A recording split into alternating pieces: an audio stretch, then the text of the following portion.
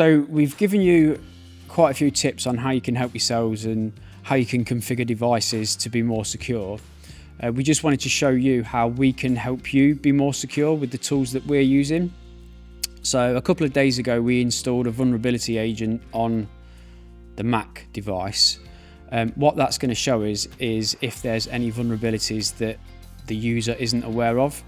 So occasionally what we'll find is, although the device is as up to date as it possibly can be, there's still kind of misconfigurations on there, and our tools allow us to see that, and then we can report that back to the user, and we can then configure the endpoint or the laptop, in this instance the Mac OS, to be more secure. So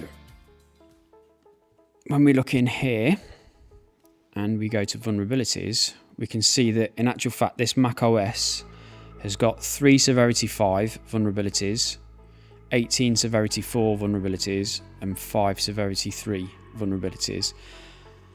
Now this can be a little bit misleading because the vulnerability tool itself doesn't do a great job of removing superseded updates. So what that means is that if you're running, say, version 10 of Google Chrome, and the latest version is version 136, ultimately it's going to give you every version that's vulnerable from version 10 to version 136.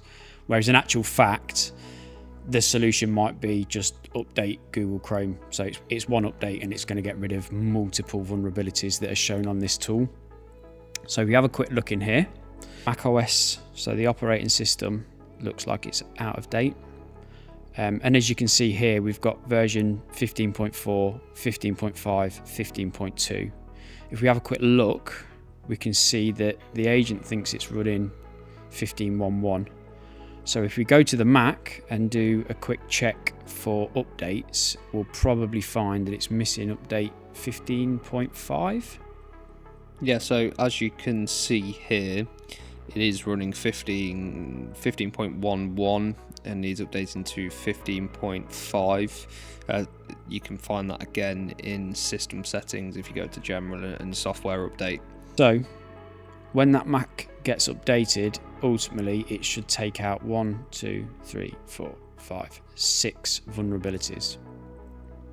The other thing that we're seeing in here as well is there are a lot of Adobe vulnerabilities. So this is probably going to be a case of just updating Adobe, the whole package. It might have individual applications, but I'm guessing that on that device it's going to have Adobe as a package on there, and if we update it, that should get rid of those.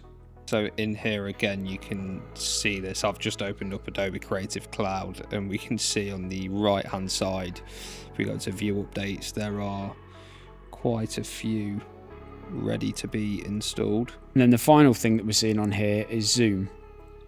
So again, on face value, when we go back to the summary, it's looking like it's got quite a lot of vulnerabilities.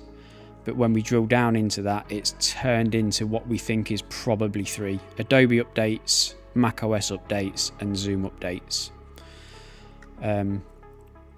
Now, the user of the Mac OS device, ultimately, if they were checking their applications, they would have probably seen this. But the advantage of using tools like what we're demonstrating here is, in actual fact, we can alert them to that and kind of give them that nudge and prompt to get those up to date.